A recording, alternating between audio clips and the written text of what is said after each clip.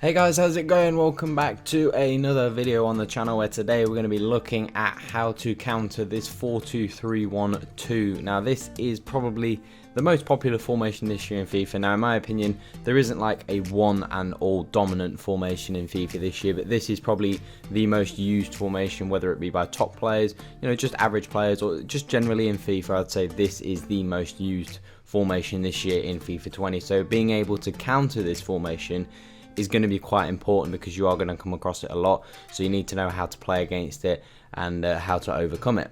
So in this video today I've got what I believe to be the formation that I found was the most successful to be able to counter this formation, and I think you'll see in the video it is a pretty good counter. It very much mirrors the 4-2-3-1, and I think being able to find a little chink in the armor of this formation, because it is an incredible formation. As we look a little bit deeper into that formation, obviously that strategic back four, we've got those two holding midfielders, two left and right midfielder, cam and striker. So it is a very compact formation, very difficult to break down, and I think that's why a lot of people use it, because it's one of those formations that seems to be very difficult to break down. There's not a lot of spaces to work, but it's also got the width in the team, so you're not giving that up, and it still is a very good formation going forwards, obviously given the fact that you've got the left and right midfielder, the cam and the striker. So it's a formation that seems to be quite defensive on the face of it, but you're still able to score plenty of goals with it, and it's obviously very difficult to break down once you do get into a lead.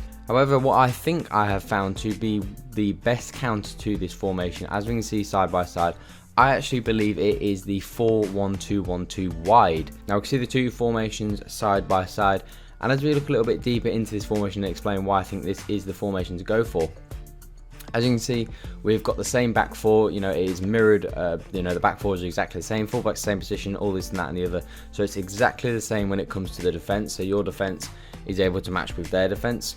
On the wide positions, obviously, we've both got left and right midfielders. Now in the 4-1-2-1-2 wide, they are ever so slightly more, a little bit wider, which now in retrospect, obviously the them being slightly wider, it doesn't really make too much difference, especially when playing with the formation against 4-2-3-1. It doesn't make any difference. I don't know if it's just a visual thing, but they are slightly wider, as you can see. But the main thing is that we do have the left and right mids, so that also mirrors the 4-2-3-1 and also gives you that good option out wide in the width. So far you've not had to sacrifice anything to be able to beat this formation. Now obviously the two centre backs now get marked by your two strikers, and that's one of the first differences we see in this formation, is that now we've got two strikers up against those two centre backs. So those two centre backs now, instead of being able to defend one striker like in a lot of formations, now it's got to be able to defend two. So now the centre backs can't help out the fullbacks, because the fullbacks have now got to worry about the wide midfielders.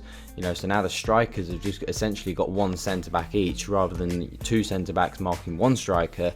Now obviously they've got to worry about another striker, so that gives you a good edge, especially attacking wise. Obviously it makes it a lot easier for you to be able to play those little passes, those little 1-2s between the two strikers, in between the centre backs. Obviously it gives you an extra option running forward, looking for, if your cam's on the ball, passing those balls forward. He's got two strikers now to look for, so it makes it a lot better offensively. Obviously now we have got that central CDM against their central cam. Now this is very important. This is where it starts to get quite interesting, because the difference between the 4-2-3-1 and this formation is obviously they have two CDMs, you have one, but your CDM is a proper central CDM. As you can see, he is right in between the two centre backs, whereas in the other formation, the two CDMs are on top of the centre midfielders, so they don't mark the central part of the pitch. But because of where your CDM is placed, he will man mark that cam, because that cam is naturally going to be stood on your central midfielder, so he's naturally going to man mark him. So using the man marking instruction on the CDM now becomes a viable option, whereas in the 4-2-3-1 using man mark doesn't become a viable option, because they're not able to man mark anyone in this formation, because those CDMs in the 4-2-3-1 naturally aren't on top of anyone. They don't have any natural competitors to go and mark, which means they have to go and find somebody to go and man mark, and obviously the fact that they have to travel to go and find somebody to man mark, whether it's one of the wide midfielders or whether it's the cam or whoever it may be, it now opens up space because it's not a natural man marking position where those CDMs in. Whereas in the 4-1-2-1-2, your CDM will naturally man mark the cam because the cam is naturally in the same position as the CDM. So it now gives a little bit more, it's a little bit easier now for your CDM to be able to mark the players. But the biggest difference, and the reason why this 4-1-2-1-2 is so good, I think, against this 4-2-3-1, is that central CDM position, which obviously the 4-2-3-1 doesn't have. Whereas your cam, as you can see in the previous example, your CDM was naturally marking the 4-2-3-1's cam. In this 4-2-3-1, your cam in the 4-1-2-1-2 isn't getting marked by the 4-2-3-1 because there's no natural competitor to be able to mark him. And as I said before, what happens is those CDMs could still be on man mark, so they could come across to man mark my cam, but now they have to come narrower. It makes the midfield a little bit more open. Now it gives more space for your wingers, especially if you have your wingers on cut inside. It's gonna give them more space inside to be able to work with. So now it creates a problem for the 4-2-3-1. Whereas in so many formations, you have to play against the 4-2-3-1, but you have to give up something else. As we've gone through this whole formation, we've been able to match the 4-2-3-1 with everything. Whereas in this instance, we actually have the advantage over the 4-2-3-1. So this central cam position is the most critical part of this formation. Obviously, getting the person right. We've got Paulinho in there, who's probably not the right cam to use. You definitely want a good proper cam in there, but this is where you have to get the personnel right, and this is the most important player in the position because this is what's going to make the difference against the 4-2-3-1. And I played with so many games with this 4-1-2-1-2, and when I did come up against the 4-2-3-1, using this 4-1-2-1-2 is so good because I found that this central cam had so much space all the time, because a lot of people don't play on man mark, they maybe play on cut passing lanes. So this number 10 was always open, and he was always able to slide the ball into the strikers, into the overlapping wingers, and it was always in so much space. I was just able to create so many opportunities for our team, and I definitely found that this cam was definitely the reason as to why this 4-2-3-1 can be beaten by this 4-1-2-1-2. Because as I've explained, you don't have to give up anything else. You know, in a lot of formations you have to give stuff up to be able to beat this 4-2-3-1.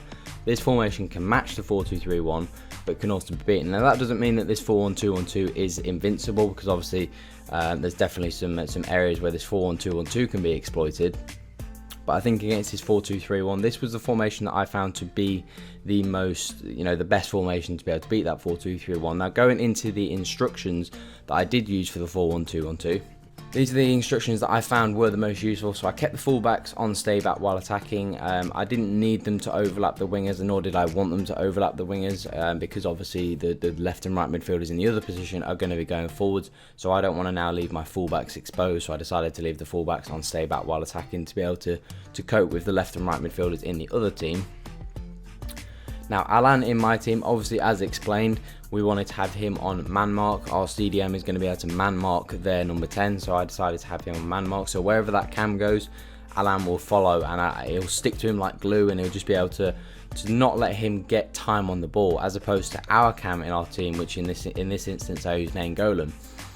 He's got no one to man mark him, so eventually he's going to find some space. Even if those two CDMs on the opposing team are on man mark, they're not going to tightly man mark him like our CDM will man mark theirs. So he's always going to get some space at some point. I decided to use him on get into the box. Defensive support, left him on basic. Two wide midfielders, as explained as well, we wanted them on cut inside, because when those two CDMs do go a little bit narrower to mark our cam, which was Nainggolan, our left and right midfielders can drift inside a little bit, and they're going to have that space because now those CDMs aren't there.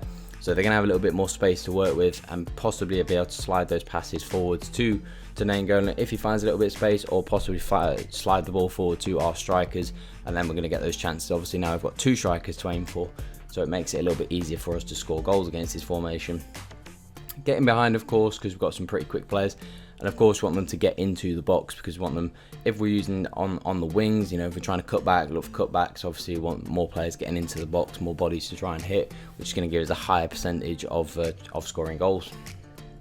And then the two strikers, wanted to keep them on stay central and getting behind. Again, we wanted them to be making those runs in between the centre backs and just on the outside of the centre backs, because that's where whether it is Nainggolan who is our cam, or whether it is Neymar or Grinch, our left wingers, just drifting in ever so slightly, they're going to be looking to try and slide those balls in between the centre backs, maybe in behind the centre backs. So we want to be looking for those balls in behind. So that's why we wanted to keep them on getting behind. And we didn't need to leave. We didn't need any width because we've already got a bit of width with obviously Neymar and Grinch. Even though they are cutting inside, their starting positions are wide, so we do have a little bit of width in the team. So I didn't need them to drift wide. Wanted them to keep them to stay central because that's where they're going to be doing a lot of their damage. So overall, I found this 4-1-2-1-2 for me personally. I found this was the most effective formation to combat the 4-2-3-1. As I said before, doesn't mean this 4-1-2-1-2 is invincible and is now the new formation to use or anything like that. But I think if you're looking for a formation to counter, if you're playing a 4-2-3-1 and you're in the game and you're struggling, you don't know how to kind of get around it, I would say give this 4-1-2-1-2 a bash. Every time I used it, I found it was super effective. You know, every time I came up against the 4-2-3-1, I would switch to this 4-1-2-1-2, and I won every single game. That's no word of a lie. I won every single game when I switched to the 4-1-2-1-2. Every game that I was playing against the 4-2-3-1, I was either losing or it was a draw at the time. It was maybe 0-0 or 1-1 or something like that. Half time came around, I switched to the 4-1-2-1-2, and every game I then either turned around from losing position or went on to win from that drawing position. So I found that this was a super effective formation. These tactics as well, and just trying to apply this knowledge that I've explained, and I found this 4-1-2-1-2 was super effective. But that is it for today's counter formation on how to counter what is probably the most popular formation this year in FIFA 20. So if you do want to see any other counter videos, do let me know in the comment section. If you do enjoy the video, make sure you hit that subscribe button as well if you are new to the channel. But that's all for today, guys. Have an awesome day. I'm out.